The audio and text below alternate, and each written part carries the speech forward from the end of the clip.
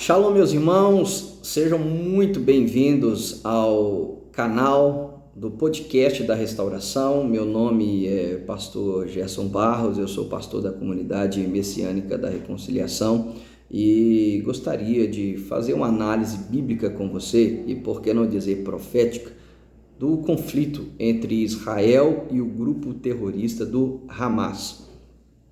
E eu gostaria de pegar como base o texto que está em Gênesis capítulo 6, versículo 11, que diz assim: E se corrompeu a terra diante de Deus, e estava a terra cheia de violência.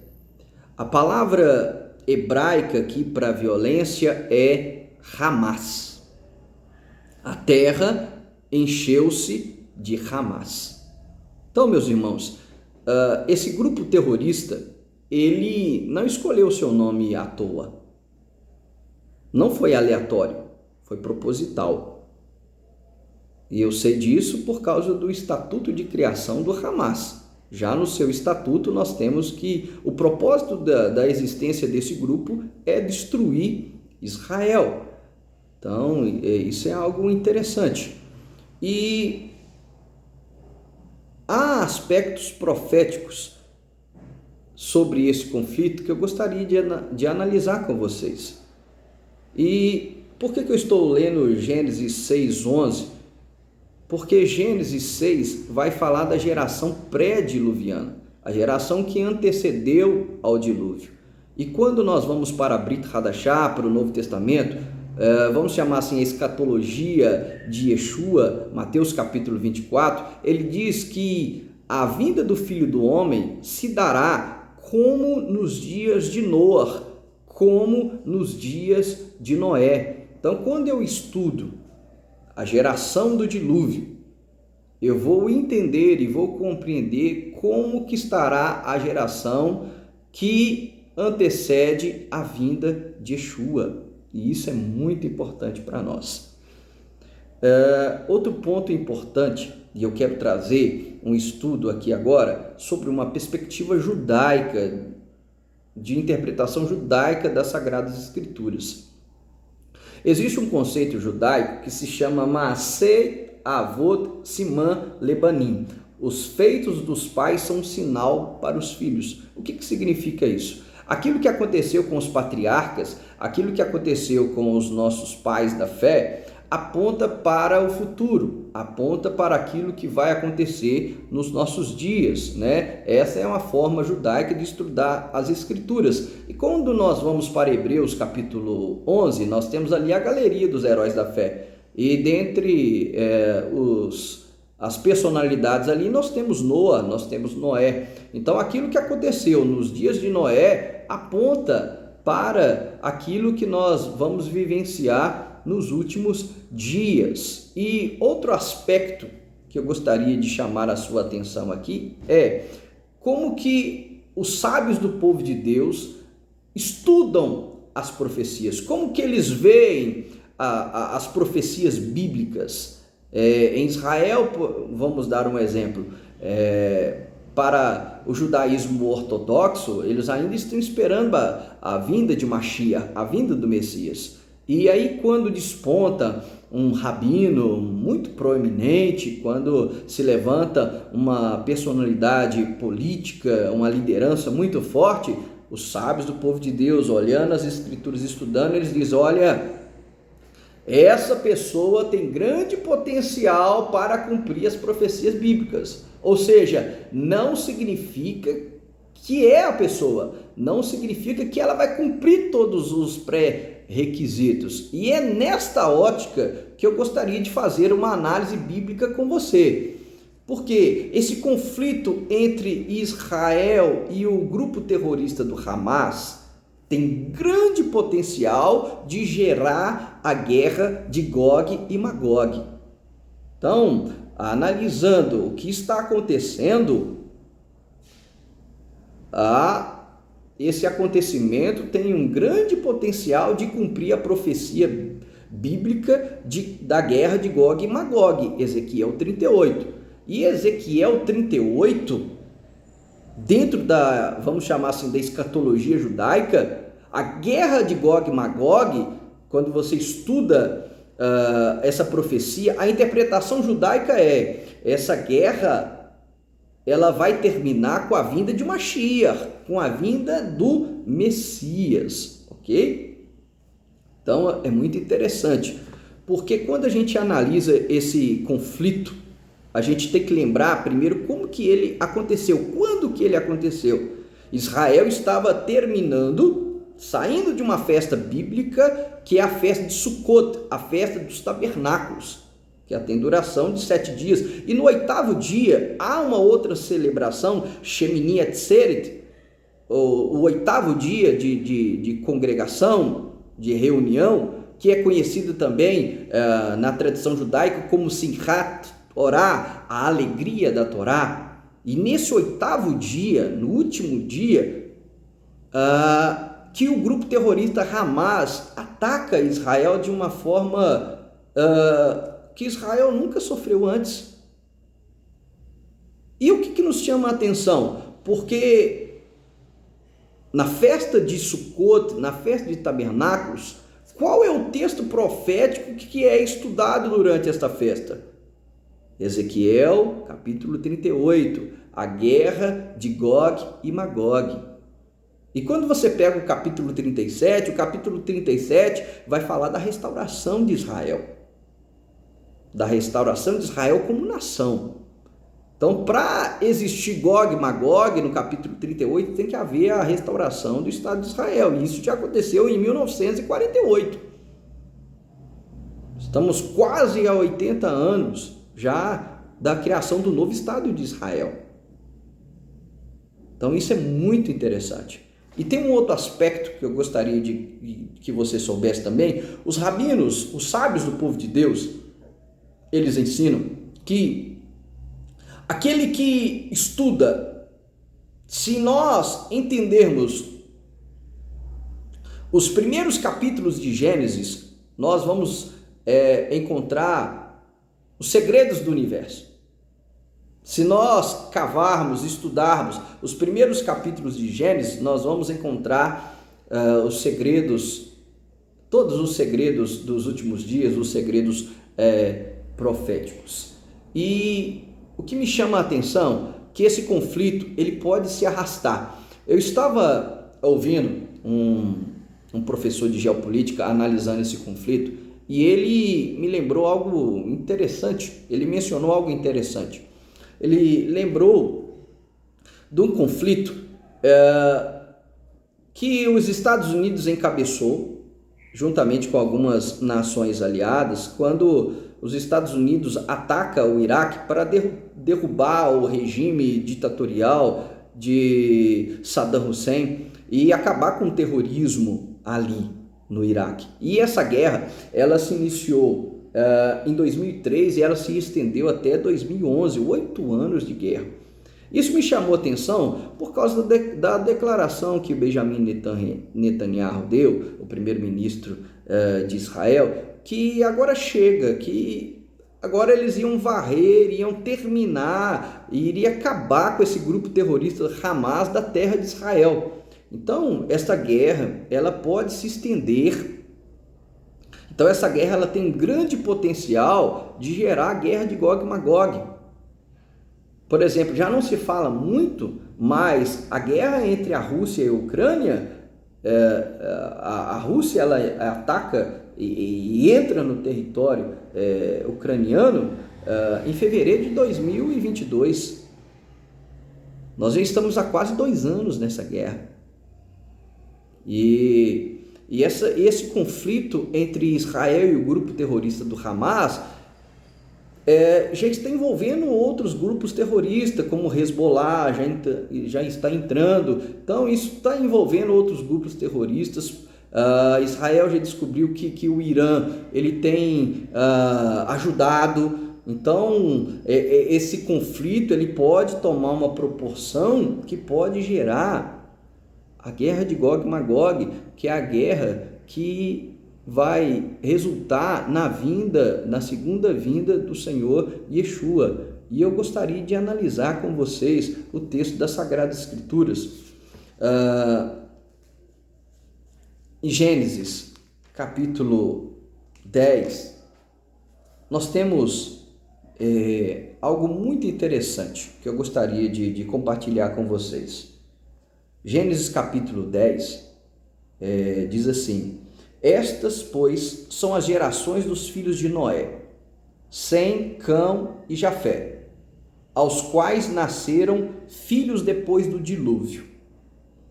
Os filhos de Jafé são Gomer, guarde esse nome, Magog, Madai, Javã, Tubal, Meseque e Tiras. Os filhos de Gomer são Askenaz, Rifat e Togarma. Os filhos de Jafã são Elissá, Tarsis, Quitim e Dodanim. Por estes foram repartidas as ilhas dos gentios nas suas terras, a qual, segundo a sua língua, conforme as suas famílias entre as nações. Os filhos de Cão são Cuxi, Misraim, Put e Canaã. Os filhos de Cute são Seba, Tavilá, Sabtá, Raamá e Sabtecá. Os filhos de Raamá, Seba e Dedã. E Cush gerou a Nimrod. Este começou a ser poderoso na terra. E nós sabemos, irmãos, que Nimrod é um tipo do anticristo. Então, esses nomes aqui, eles estão associados a um líder como Nimrod. E nós sabemos que é o anticristo. E por que eu li a genealogia de Noé? O mundo cristão hoje ignora as genealogias. E não é algo correto de se fazer. Porque no pensamento oriental, no pensamento judaico, a genealogia é muito importante. Não é à toa que o escritor Mateus ele começa o seu evangelho, o evangelho de Yeshua, mostrando a sua genealogia e provando que ele é o Messias. E quando eu analiso a genealogia de Noé, eu encontro um segredo fantástico aqui, que é o quê? Quando eu analiso a guerra de Gog e Magog, a guerra final, das 8 nações ali mencionadas, 7 são descendentes de Noé, dos netos de Noé. Então isso é um ponto muito importante. E outro aspecto muito importante de nós estudarmos a profecia é quem são esse povo hoje que estão nesses territórios mencionados aqui, para a gente ter uma perspectiva judaica dessa profecia, ok? Agora que nós lemos Gênesis capítulo 10, eu gostaria de ler com vocês a profecia de Gog e Magog, profecia de Ezequiel.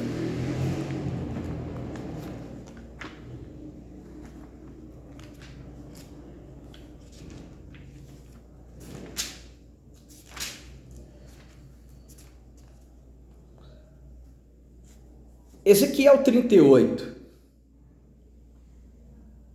Olha o que diz as Escrituras. E veio a mim a palavra do Senhor dizendo: Filho do homem, dirige o teu rosto contra Gog, da terra de Magog. Nós lemos agora em Gênesis 10, Magog, o nome Magog. Príncipe e chefe, olha só, de Meseque e Tubal, 2 nomes que nós acabamos de mencionar, que se encontram em Gênesis 10.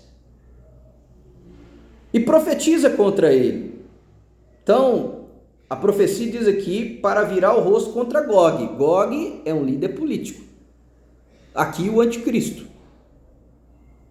Nimrod, um tipo de anticristo.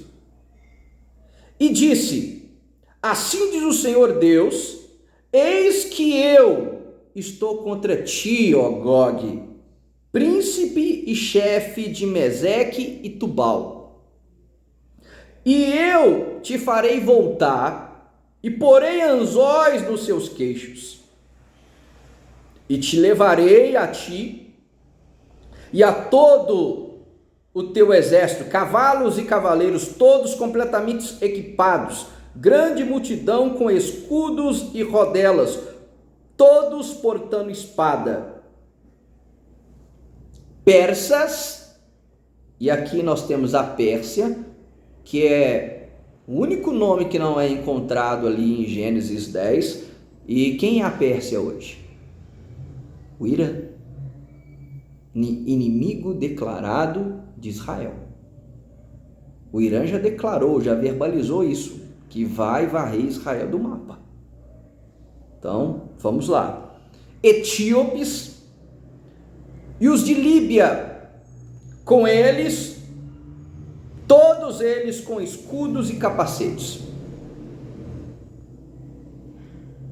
Gomer e todas as suas companhias. A casa de Togarma, olha só, da banda do norte, e todas as suas companhias. Muitos povos contigo. Prepara-te e dispõe-te tu e toda a multidão do teu povo, que se reuniram a ti, e serve-lhes tu de guarda. Depois de muitos dias, tu serás visitado. No final dos anos, aqui a expressão hebraica é no Aharit Hayamim, nos últimos dias, a terra que se recuperou da espada e que veio de muitos povos contra os montes de Israel, que sempre serviram de assolação. Mas aquela terra foi tirada dentre as nações, e todos eles habitarão seguramente. E subirás então, e virás como uma tempestade, far-te-ás como uma nuvem para cobrir a terra, tu e todas as tuas tropas, e muitos povos contigo. Assim diz o Senhor Deus, e acontecerá naquele dia, que terás imaginações no teu coração, e conceberás um mau desígnio, e dirás: subirei contra a terra das aldeias não muradas, e irei contra os que estão em repouso, que habitam seguros. Todos eles habitam sem muros, e não têm ferrolhos nem portas. Para tomar o despojo, e para tomar a presa, para voltar a tua mão contra as terras desertas, que agora já estão povoadas, e contra o povo que se juntou dentre as nações, o qual adquiriu gados e posses e habita no meio da terra. Sebá, nome que nós mencionamos em Gênesis 10. Dedã e os mercadores de Tarsis, todos mencionados em Gênesis 10. E todos os seus príncipes dirão: viestes para tomar o despojo? Reuniste a tua multidão para tomar a tua presa? Para tirar a prata e o ouro, para tomar os gados e posses, para saquear grande despojo? Portanto, profetiza, ó filho do homem, dize a Gog: assim diz o Senhor Deus, naquele tempo, quando meu povo de Israel habitar em segurança, porventura não saberá tu? E virás do teu lugar das partes do norte, tu e muitos povos contigo, todos eles a cavalo, grande ajuntamento e poderoso exército, e subirás contra o meu povo Israel como uma nuvem para cobrir a terra. E será que nos últimos dias, no Harit Hayamim, hei de trazer-te contra a minha terra, para que os gentios me conheçam a mim, quando eu me houver santificado em ti, ó Gog, aos seus olhos. Então aqui nós temos a profecia que o Eterno diz: olha, eu que vou atrair as nações para mostrar o meu poder e para acabar com esse ódio contra Israel. Então todos esses nomes aqui mencionados, 7 das nações mencionadas aqui estão lá em Gênesis 10, exceto a Pérsia, que hoje é o Irã. Então vamos identificar, através dessa profecia, quem que hoje habita esses territórios mencionados aqui. E aqui a gente já encerra.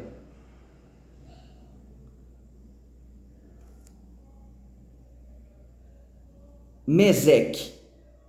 Quem habita hoje a região chamada Meseque? Turquia.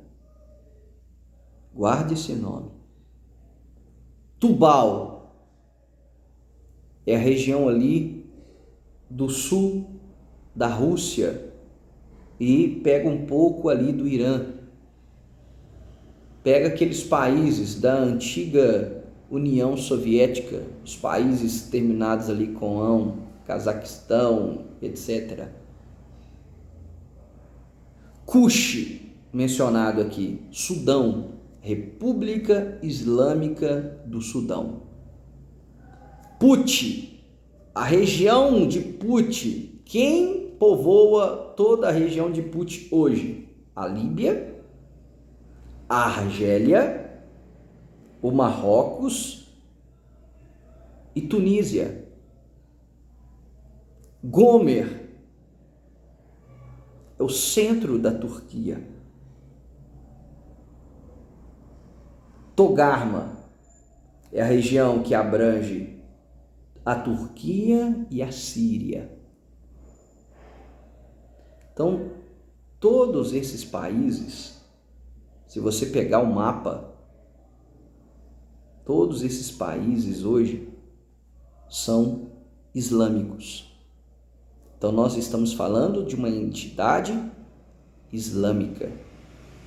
Olha como que Israel hoje está cercado por esses países mencionados aqui. Nós temos Israel no centro. Ao norte de Israel, nós temos a Turquia. Ao leste de Israel, nós temos o Irã.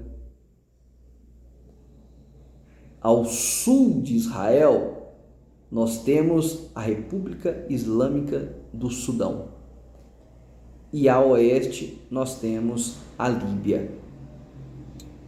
Todos esses países professam hoje a religião islâmica. Nós estamos falando de uma entidade islâmica. Ah, mas eu sempre ouvi Ezequiel 38 como sendo Rússia. Não. Quando você vê esses nomes, vê onde que habitavam esses povos antigos e quem hoje habita esse território, são esses países. Então, esse conflito vai iniciar com esses países. Com esses países. E um primeiro que declara já abertamente que vai varrer Israel do mapa se chama o Irã.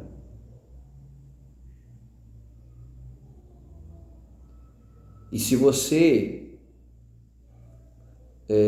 analisa o texto bíblico, não vão ser só essas nações. Essas nações é que vão encabeçar a guerra. Na verdade, vão ser todas as nações. Até nações longínquas, como está em Apocalipse 16:12, é que diz que o rio Eufrates vai secar e ele já está secando. Se um exército já quiser marchar ali nele, consegue. São 600 quilômetros até chegar. E aí a profecia diz que o Eufrates vai secar e os reinos do nascente do sol vão vir. Aí sim, pode vir a Rússia, principalmente a China, Coreia do Norte, que reconhecem hoje o Hamas. Reconhecem o grupo terrorista Hamas e não consideram eles terroristas. Então sim, essas nações virão. Mas os nomes mencionados aqui, como nós vimos, são outros. Então, meus irmãos, eu quero terminar essa palavra e essa análise com vocês, que este conflito ele tem grande potencial de gerar a batalha final, a batalha do Armagedon, a guerra de Gog e Magog, que segundo até a interpretação judaica, ela vai culminar com a vinda de Mashiach. E quando nós analisamos as profecias, sim, de fato, Jesus volta para defender o seu povo Israel de um massacre, de uma chacina, de uma destruição total. E eu gostaria de só, para nós terminarmos, analisarmos um outro texto bíblico, que é Zacarias, capítulo 14.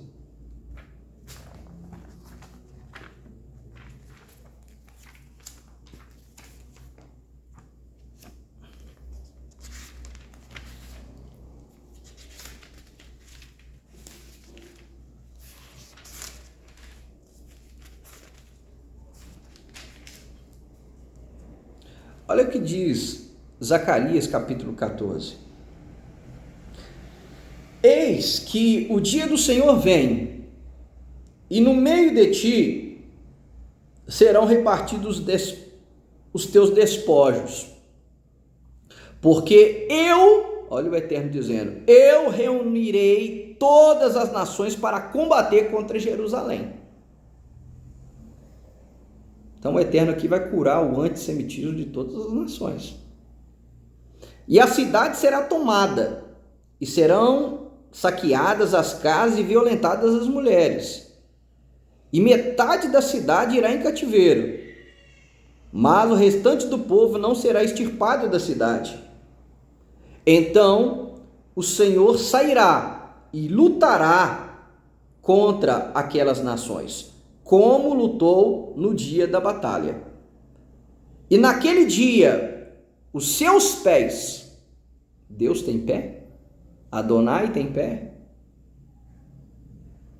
Naquele dia, os seus pés estarão sobre o Monte das Oliveiras, que está defronte de Jerusalém para o oriente, e o Monte das Oliveiras se repartirá no meio para o oriente e para o ocidente, e haverá então um vale muito grande, e a metade do monte se partirá para o norte e a outra metade para o sul.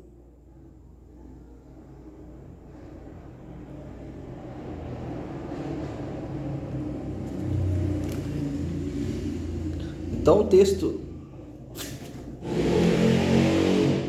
texto sagrado nos diz que os pés do Senhor se colocarão sobre o Monte das Oliveiras, ele vai reunir as nações e ele vai lutar essa batalha. E é o Senhor Yeshua. Quando eu pego esse texto de Zacarias 14 e choco ele com Atos capítulo 1, nós vamos ver que é Yeshua, que Zacarias 14 é encontrado ali em Atos dos Apóstolos capítulo 1. Olha só o que disseram os homens de branco que viram os apóstolos quando Yeshua foi assunto aos céus. Olha o que diz o texto. Atos 1:10 diz: estando com os olhos fitos no céu enquanto ele subia, eis que junto dele se puseram 2 varões vestidos de branco, os quais lhes disseram: varões galileus, por que estáis olhando para o céu? Esse Jesus que dentre vós foi recebido em cima no céu, há de vir como para o céu o viste ir. Então, da mesma forma que ele subiu, ele vai descer. No mesmo lugar que ele subiu, ele vai descer. E onde que eles estavam? Então, voltaram para Jerusalém do Monte das Oliveiras. Então, Yeshua é assunto aos céus no Monte das Oliveiras. E o que os 2 varões de branco dizem? Da mesma forma como vocês vistes ele subir, ele voltará. Então ele volta e coloca os seus pés sobre o Monte das Oliveiras, e o Monte das Oliveiras vai fazer um grande vale para a batalha final. Então, meus irmãos, as profecias são claras. O próprio Senhor Yeshua disse: olhai para a figueira, olhai para Israel, e sabereis que está próximo o verão. E a palavra hebraica ali para verão e fim é a mesma palavra hebraica. Katz, fim. Verão e fim. Então, olhai para a figueira, olhai para Israel e sabei que está próximo o fim. Então, irmãos, eu termino esse estudo trazendo um alerta espiritual para todos vocês. A palavra do Senhor diz: buscai o Senhor enquanto se pode achar, invocai-o enquanto ele está perto. Um forte abraço e shalom, shalom.